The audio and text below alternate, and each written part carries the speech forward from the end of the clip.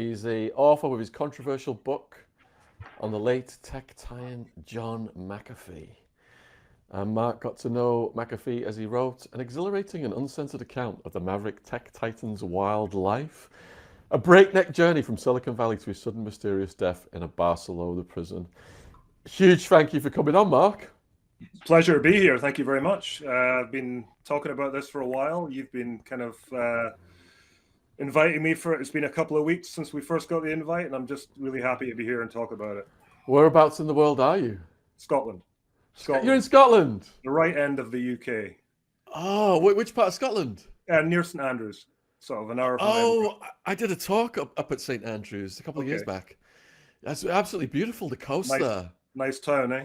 All the history and everything, yeah. Yep. Oh, wow. Yeah, love to live in a place like that.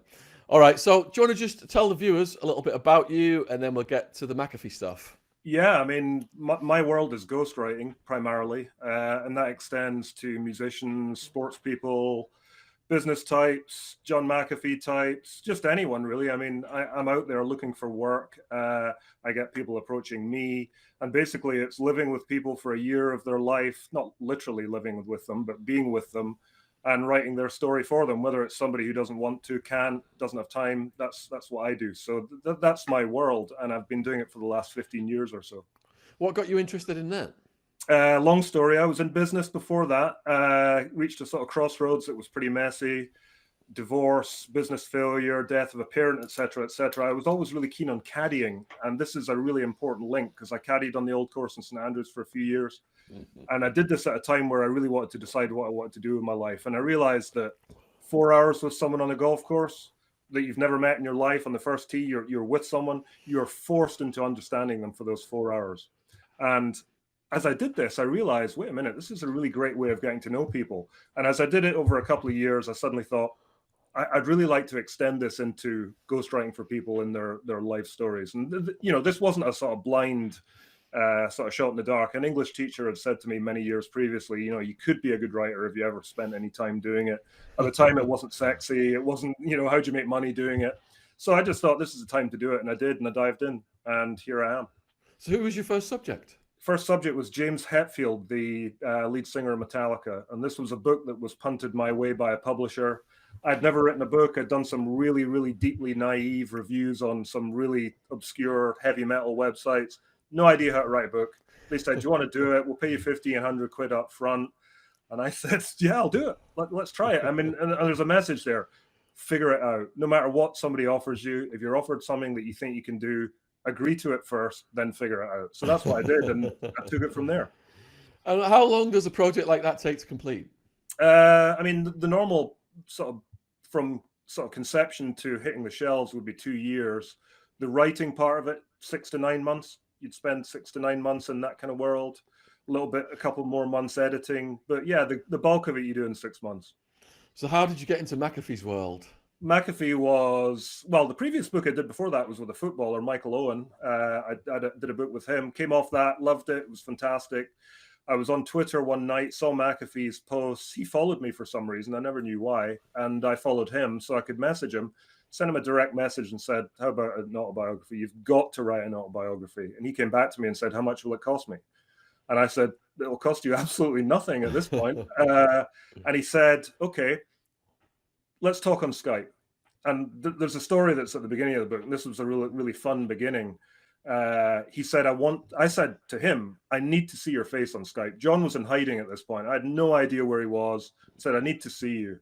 I was driving back from Edinburgh with my wife in the car. All of a sudden on my phone, McAfee pops up on my Skype on my cell phone. So my wife said, you got to pull over. You have to pull over. So we pulled over off the motorway at night, sort of late afternoon on some September afternoon, and sat in a petrol station, and there was John McAfee on my phone. And he kind of tested me for a couple of days, said, are you the right guy? I don't know about you. He's really suspicious. Said, send me some of your work. I sent him the wrong thing. He kind of blew me off. Eventually, I sent him the right thing. And he said, you're the guy. I've worked with 2 other guys before. It's been a failure. They've been naive. They've been idiots. I think you're the guy. So from there, we had a good relationship. And this relationship continued until it wasn't a good relationship and he left the project. So it seems like at times he was a very paranoid individual. What separated you from the other people he'd worked with that you weren't able to gain his trust? Yeah, I think it was a couple of things. I think I was really honest with him up front. I gave him no bullshit whatsoever in terms of what the business side of things could be. I didn't know at that point. I said, I do not know what the market will be because you're quite radioactive. Don't know what publishers will say, but I will get the proposal done and we'll see what we can do. And he liked that. And I guess he liked my writing. I think he liked the idea that I was Scottish because he was born in the UK. So I think that appealed to him. If people didn't know that, John was born in the UK and then moved to the US. So he liked that connection. But I think the biggest thing was he was under duress. He was 74 years old. I think he really wanted to get the truth out. And I think he found the opportunity with me and he thought, let's just do it. And I was right up for it. So was he born into wealth, or was he self-made? Totally self-made. I mean, he was born into his father was military. Grew up reasonably sort of lower middle class. John was a genius from a very early stage. I mean, he was hustling when he was 16, doing jobs to make money, mathematical genius. When it came to going to college, he cruised through with minimal work. And when he came out of college, that collided with the kind of beginning of the computer age. And in an era where they were looking for programmers, and we're talking long before kind of DOS or any of these computer things, we're talking mainframe computers, there were hardly any people in the world that could do it. John McAfee was one of them. And from that point, he commanded vast income. People wanted him for projects. They sent him all over the world. And he started from there. What kind of a young person was he? Because we see him in documentaries where he's toting guns, doing experiments with drugs, talking about orgies with sex workers. When did that kick in? I mean, he was pretty wild from the beginning. He was pretty open about he loved women from an early age. He got in some scrapes. He had a really major drug trip in 1970, 71, where he was working down in St. Louis, Missouri, took some kind of acid trip, ended up driving back to at that time, his wife's house, threatening to kill her and his daughter. I mean, he completely lost track of reality at that point. But really, John didn't. The myth about McAfee is that from about 1985 onwards, when he started McAfee Associates, John quit drugs and alcohol. That he went to AA, saw some really scary stuff at AA, and quit.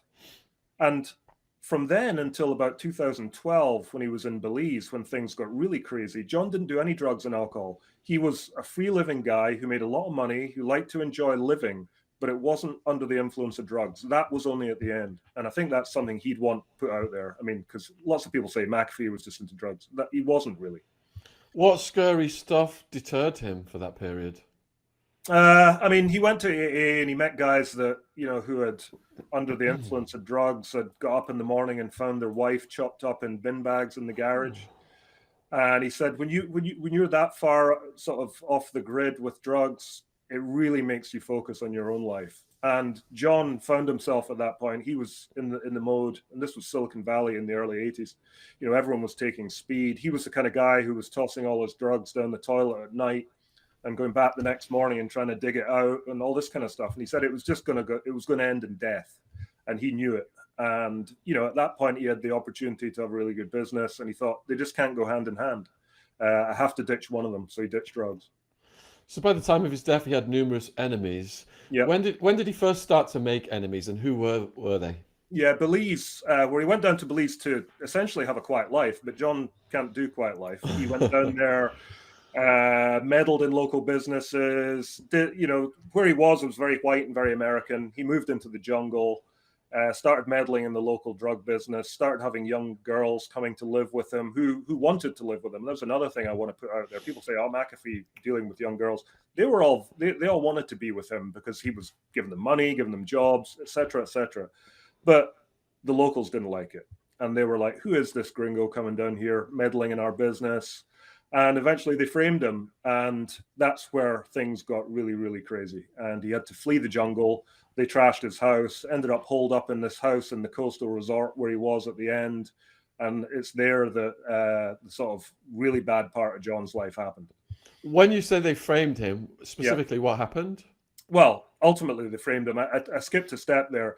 His next door neighbor, an American guy called Gregory Fall, was found shot dead, and John was never charged. He was never arrested for it. They questioned him about it, or wanted to, and he firmly believes, and I believe him based on our conversations, that because of his interference in the drugs and the local sort of politicians, they wanted to frame him with something and get him put away. I mean, a place like Belize, if you get put in prison, it's not like the UK or anywhere reasonably civilized. It is a tough place to get out of. What were his relationships with the local gang members? I think it was a quid pro quo sort of situation. I think John did things for them, and I think they did things for him. I think John understood how it all worked. And bear in mind, you're talking about numerous gangs. There was lots of different people with lots of different agendas. John, by his own admission, got mixed up in that to quite a big degree. And at one point didn't really know who he could trust and who he couldn't. To that extent, he ended up with this sort of literal militia guarding his house in Belize at the end, guys that were just standing there with shotguns, and he had a bunch of dogs. It became really a siege. And this was because he just didn't know who to trust. And that goes back to your paranoia thing. Who could be trusted, who couldn't? John didn't know. So how did his beef with the US government arise, and specifically the tax authorities? Yeah, I mean, John was an anti-tax guy latterly. He paid millions of dollars of tax in the beginning of his life, obviously, because of his business. But it got to the point when he came back to the US after Belize where he just decided he wasn't going to file tax returns because he just said, I'm just not doing it anymore. I've paid enough tax. Now, lots of people do that and get away with it. Lots of people do that and don't have to flee the country. But John wasn't just doing that. John was going out on cruises. He had a yacht he was going around the country on. He was turning up in symposiums all over Europe. And he was saying, I don't pay tax, and here's how you don't have to either. That was a whole different kettle of fish, because, you know, it's one thing not doing it. If you're doing it and telling people how not to pay tax via crypto, and you've got 1 million followers on Twitter, you're a problem. Now, whether there was a true threat to John, I don't actually know, but he believed that was the threat was because of those stances he took on crypto. Yeah, when I arrived in America, fresh out of university, my aunt took me to one side and she says, don't mess with the IRS, always pay your taxes. These are the biggest mafia. Yeah, I mean, I think all the three-letter agencies, you know, the FBI can only operate inside the US. John knew that. The CIA operate outside the US. The IRS are somewhere in between. And yeah, they catch up with you. And if you're out there making big sort of proclamations, they're going to catch up with you. And whether they did or not, I don't know. But John certainly thought they were trying to. So what was he worth at the peak of his wealth? And was that when he sold his company? I didn't sell it. That's another myth. John just walked away. This was when John didn't want to be in corporate world. He didn't want to be a Branson or a Bezos or a Gates who made a lot of money and stayed in the business. He just wanted money to live. So at the point when the company was worth a lot and was floated, he just walked away completely, and obviously got the benefit of the flotation for the shares that he had. And I think it totaled 150 million. I think was the figure he told me. I reckon it was more than that, but it was around that, I would say. So did he cash his shares in at that point? Yeah, cashed in and just went on the spree for the next 20 years, 15 years, building houses. We're all over the place, making money on them, losing money on them, building houses in Ecuador for just because he could, never spending a single night in any of them in some occasions. And I said to him, what are you doing? This is madness. And he said, it's just like sculpture. I did it because I could. I had no interest in it whatsoever once it was built. And in fact, some places I hated, but I did it anyway. So he just wanted to live, and he had a yoga retreat where he was cruising women, and he just lived the kind of life he wanted to live. And on one level, I admire that. What do you think his biggest mistakes were? That's a good question. I think going on the run was a mistake. I think had he stayed in the US, I think it could have been sorted out. There was a grand jury convened. I think it could have been unraveled. I think that was a problem. I think fleeing Belize in the way that he did was probably not ideal, although at that time he had very few alternatives. But I think John was just too outspoken. One thing I did learn from John is he had total honesty on some levels. He was also the king of misinformation. So you've got that dichotomy. But on some levels, John was too honest. He was very, very honest about his own failings, and I think that probably brought him down in the end. I think he probably made himself a pretty easy target. So was he most scared of getting apprehended by the US authorities and extradited? Yeah, I think so. I mean, John said to me on a couple of occasions, if I get dragged back to the US, I'll disappear. He'll end up in some super prison somewhere in the Midwest and just never be heard from him again. I mean, we know there's plenty of cases of that happening. I think on one level he didn't want that, but I think on an ego level he really didn't want that. This was John McAfee. I don't get taken back to the US. I don't disappear. I think he would have thought that would be a really ignominious end for the kind of life he lived. I just thought the prospect of that wasn't something that appealed to him at all. Did he have a nemesis? Were there specific people within the US government that he thought were out to get him? I don't think so. I think it was and I think that's always the problem with John. There was always this sort of vague threat. And I used to try and pin him down, and he gave me some quite good stories about sort of particular parts of the CIA who were helping him, other parts of the CIA who weren't. It was all this, it was a little bit smoke and mirrors, and that was the McAfee way. And when I tried to sort of pin him down on specifics about that, it was always just this sort of looming threat, which again goes back to your suggestion about paranoia. Was there a threat at all? Only John really knows. Could you run down his course then from Belize to Spain?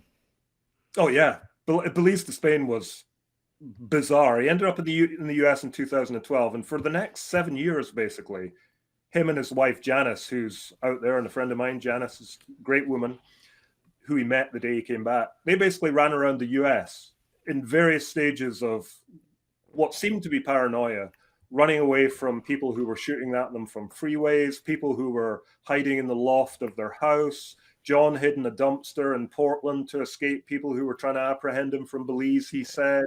He claimed cartel members were chasing him.